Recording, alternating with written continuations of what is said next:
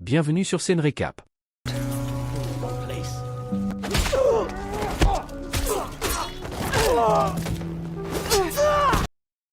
Aujourd'hui, je vais vous présenter un film d'action et de suspense de 2018 intitulé Peppermint.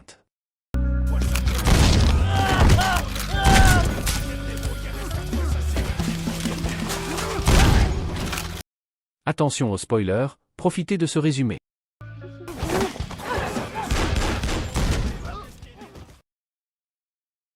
Le film s'ouvre sur Riley North attaquant brutalement un criminel dans une voiture.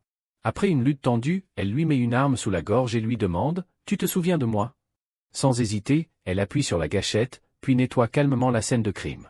La scène se déplace à Los Angeles. Riley retourne à sa camionnette garée dans une zone délabrée peuplée de sans-abri et de squatteurs. À l'intérieur, elle soigne ses blessures, le visage marqué par la douleur. Elle trouve un sac contenant un cookie à la menthe, qui la ramène 5 ans en arrière, au moment où tout a commencé. 5 ans plus tôt, Riley et sa fille Carly rentrent des courses. En chemin, elle croise Peg, la mère d'une camarade de classe de Carly. Peg les confronte, furieuse qu'elle prenne sa place de parking. Riley endure silencieusement ses réprimandes jusqu'à ce que Peg s'éloigne avec sa fille. Riley dépose Carly au lieu de travail de son mari, Chris, et lui rappelle de préparer l'anniversaire de leur fille. Elle se rend ensuite à la banque où elle travaille, mais son patron, mécontent de son retard, lui impose des heures supplémentaires. Pendant ce temps, Chris rencontre Mickey, un vieil ami, qui lui propose un travail risqué, voler un cartel de drogue en étant le chauffeur de la fuite. Mickey essaie de le convaincre que ce coup pourrait sécuriser leur avenir, mais Chris hésite et demande du temps pour réfléchir. Plus tard dans la soirée, Riley rentre chez elle et trouve son mari et sa fille seuls. Carly est déçue, car aucun de ses camarades n'est venu à son anniversaire. Peg avait invité toute la classe à sa fête de Noël. Pour consoler Carly, Riley propose de profiter de la soirée en allant à la fête foraine et en acheter sa glace préférée. Avant leur départ, Chris appelle Mickey et refuse le travail, car il veut une vie tranquille pour sa famille. Cependant, un homme les surveille et informe son patron qu'il convient à Chris. Pendant ce temps, Mickey est capturé et torturé par Diego Garcia, le chef du cartel. Garcia ordonne l'exécution de Chris, croyant qu'il est impliqué dans le vol, et finit par décapiter Mickey. À la fête foraine, Riley et sa famille s'amusent, prennent des photos et dégustent des glaces, inconscients que 3 hommes de Garcia les suivent. Pendant que Riley retourne au stand de glace pour chercher une serviette, les hommes sortent de leur voiture et ouvrent le feu, tuant Chris et Carly, et bénissant Riley. Dans le chaos, Riley se précipite vers sa famille, mais il est déjà trop tard. Lorsque les autorités arrivent, Riley est transporté en ambulance. Le détective Michael, choqué par la tragédie, est encouragé par son partenaire Moise à rester concentré. Riley se réveille à l'hôpital après une intervention chirurgicale à la tête. Michael lui annonce qu'ils ont 3 suspects pour le meurtre de sa famille. Grâce à un message vocal laissé par Chris, ils savent qu'il avait refusé l'offre de Mickey, mais Garcia ne l'a jamais reçue. Cependant, sans preuve suffisante ni témoin, ils ne peuvent agir contre Garcia. Avant de partir, Michael donne à Riley des photos de famille récupérées, mais Riley insiste soudain sur qu'elle peut identifier les tueurs. Au poste de police, elle nomme avec précision les 3 hommes, mais Michael doute de sa certitude. Elle répond fermement « Oui, j'en suis sûr ». Plus tard, Moise avertit Michael à propos d'un ancien détective qui enquêtait sur Garcia et qui a été tué, laissant entendre que Garcia pourrait avoir des complices dans leur rang. Moise exhorte Michael à éviter les erreurs du passé, car aucune justice ne ramènera la famille de Riley. Pendant ce temps, Riley prépare ses affaires pour quitter son appartement, ayant été expulsé pour plusieurs mois de loyer impayé. Un avocat arrive et lui demande d'abandonner les poursuites contre les hommes de Garcia, lui donnant un sac d'argent en guise de pot de vin. Furieuse, Riley refuse et le jette dehors avec force. Le jour du procès, l'avocat interroge Riley en insinuant qu'elle n'aurait pas pu reconnaître les accusés dans une voiture en mouvement et à distance. Riley ignore que le juge et son propre avocat ont été soudoyés. Finalement, le tribunal acquitte les 3 hommes de Garcia. Dévoré par la rage, Riley se jette sur les meurtriers, mais la police l'en empêche et la maîtrise. Alors qu'elle est escortée vers une ambulance, Riley parvient à se libérer, neutraliser les officiers, et s'échapper. Michael et Moise visitent les tombes de la famille de Riley, où ils trouvent des traces de son sang sur la pierre tombale. Michael et Moise se rendent sur une scène de crime où 3 corps sont retrouvés suspendus à une grande roue. Ce sont les 3 hommes qui avaient assassiné la famille de Riley.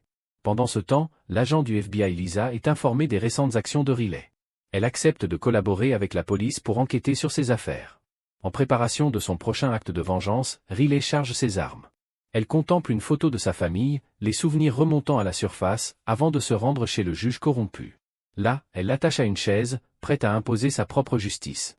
Pendant ce temps, Lisa informe Michael et Moise que Riley a autrefois volé une grosse somme d'argent à la banque où elle travaillait.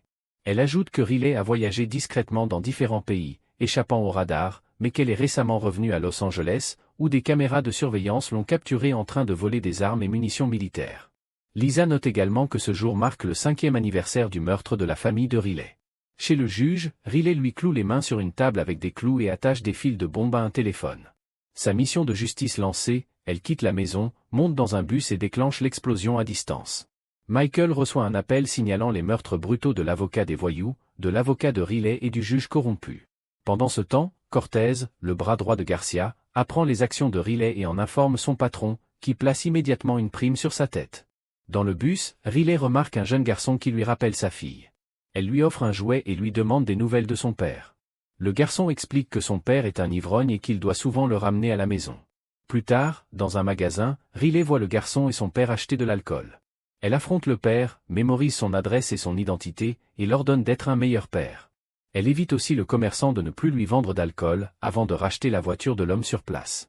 Riley s'assied ensuite dans la voiture près d'un marché, observant Marvin, un des hommes de Garcia, suspectant que le marché sert d'opération de blanchiment d'argent. Déguisée en sans-abri, elle tente de pénétrer dans le bâtiment. Lorsque des gardes essaient de l'arrêter, elle les neutralise rapidement. À l'intérieur, elle découvre que le bâtiment est une maison de blanchiment d'argent du cartel. Les voyous regardent un reportage sur Riley, avec les autorités demandant au public du signaleur. Riley aperçoit discrètement une pièce, mais elle est repérée et essuie les tirs. Les hommes se dispersent pour la traquer, mais grâce à ses compétences de combat, Riley les détruit un par un. Une fois la zone dégagée, elle retourne dans la pièce où elle abat tout le monde, sauf Marvin, qu'elle interroge. Plus tard, Marvin avoue à Garcia que Riley l'a forcé à révéler tout sur leurs opérations. Il ajoute qu'elle n'a pris aucun argent, mais l'a brûlé. Les médias s'enflamment, identifiant Riley comme le responsable de ce chaos. Michael et Moise se rendent sur une nouvelle scène de crime, où Michael décide de consulter le service des stupéfiants pour obtenir des informations sur Garcia, espérant surveiller et capturer Riley. Moise évite à Michael de rester prudent, soupçonnant la présence de policiers corrompus travaillant pour Garcia. Garcia, conscient du danger, se cache chez lui et ordonne à ses hommes de tendre une embuscade à Riley dans leur entrepôt de drogue.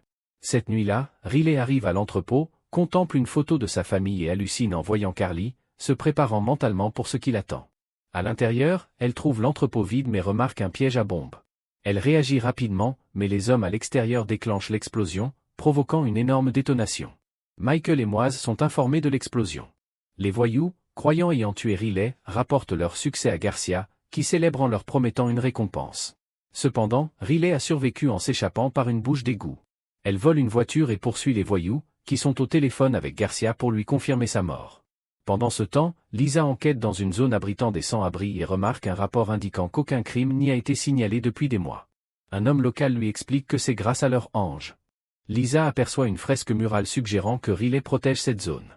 Riley finit par tendre une embuscade aux deux voyous, poursuivant sa mission de vengeance. Chez Garcia, ce dernier est Cortez célèbre, mais apprenez que Riley est toujours vivante. Riley ne perd pas de temps, elle attaque le véhicule des hommes, détruit les gardes et entre dans la maison de Garcia, continuant sa mission implacable.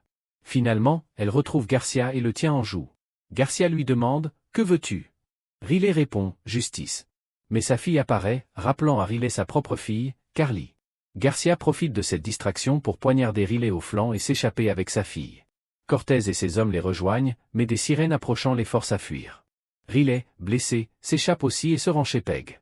Elle l'assomme rapidement, l'attache à une chaise et menace de faire exploser la maison avec elle à l'intérieur, avant de s'en aller en plaisantant « Je rigole ». Pendant ce temps, les autorités arrivent sur la scène de crime de Garcia. Moise apprend que Michael ne répond pas aux appels de la division des stupéfiants. Il s'avère que Michael a suivi Lisa, qui l'a conduit jusqu'à la camionnette de Riley, remplie d'un arsenal d'armes. Lisa mentionne que si les rumeurs sont vraies, Garcia a une taupe dans leur département, ce qui explique pourquoi ces opérations de drogue n'ont jamais été compromises.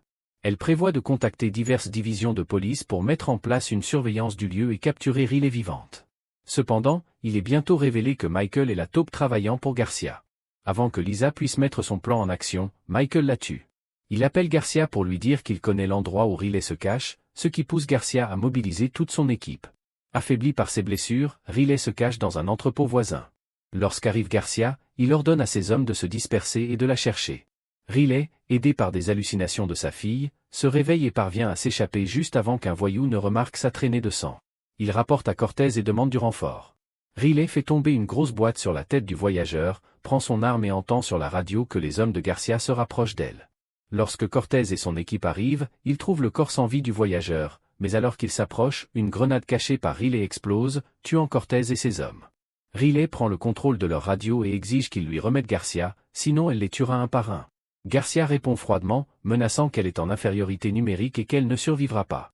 Pendant ce temps, Moise et l'équipe au quartier général tentent de joindre Lisa et Michael, qui ne répondent pas à leurs appels. Riley trouve le corps de Lisa dans une benne à ordures et prend son téléphone, ayant une idée. Au quartier général, Moise regarde, incrédule, Riley qui diffuse en direct sa confrontation avec Garcia, exposant Michael comme un policier corrompu. Elle fournit les autorités de venir arrêter l'équipe de Garcia. Garcia, locataire d'une jeune fille en otage, se prépare à l'exécuter, mais lorsque Michael tente d'intervenir, Garcia lui pointe une arme sur lui, menaçant la vie de la fille. Riley s'avance alors et se rend. Garcia libère la fille mais commence immédiatement à battre Riley. Lorsqu'elle s'approche de lui, Michael essaie de prévenir Garcia de l'achever rapidement, car la police est probablement en route, mais Garcia insiste pour continuer à torturer Riley. Riley remarque une arme à proximité, et juste au moment où Garcia s'apprête à la tuer, la police arrive, forçant les hommes de Garcia à se disperser. Pensant que Michael l'a trahi, Garcia se retourne contre lui et le tue sur place. Alors que la police se déploie, Garcia tente de fuir, mais Riley l'attaque en embuscade et le maintient sous la menace de l'arme. Moise et la police arrivent, imposent de l'empêcher d'exécuter Garcia, mais Riley, désillusionné par le système judiciaire, appuie sur la détente. La police tire sur l'épaule de Riley, mais Moise ordonne qu'il cesse. Lorsque l'équipe approche, elle est déjà disparue. Un hélicoptère est envoyé à sa recherche, mais il ne trouve aucune trace. Moise reçoit l'instruction de mettre en place un périmètre, mais il déclare, avec confiance, que cela n'est pas nécessaire, sachant exactement où Riley se dirige. Le lendemain, Riley se rend sur les tombes de sa famille et leur annonce que c'est enfin fini. Moise apparaît, et Riley lui demande de la laisser mourir, disant que sa famille l'attend. Mais Moise refuse, lui disant que son histoire n'est pas encore terminée. Dans la scène finale, un reportage annonce la capture de Riley, avec des responsables assurant au public qu'elle fera face à la justice pour ses actions. Moise rend visite à Riley à l'hôpital, où elle se remet. Il la remercie d'avoir démantelé une grande opération de drogue et exposé Michael. En partant, il lui glisse discrètement une clé de menotte, lui permettant de s'échapper. Merci beaucoup d'être resté jusqu'à la fin. Si vous avez apprécié cette vidéo, n'hésitez pas à laisser un like et à vous abonner en activant la cloche de notification pour les prochaines publications. En somme, ce film explore des thèmes forts et intemporels qui sont la quête de vengeance, la justice personnelle, la corruption du système judiciaire et la souffrance psychologique des personnages. La figure de Riley est à la fois héroïque et tragique, un personnage pris dans le tourbillon de sa propre douleur et de la violence du monde qui l'entoure. Le film nous invite à réfléchir sur les limites de la justice humaine et sur l'impact de la vengeance sur l'âme humaine.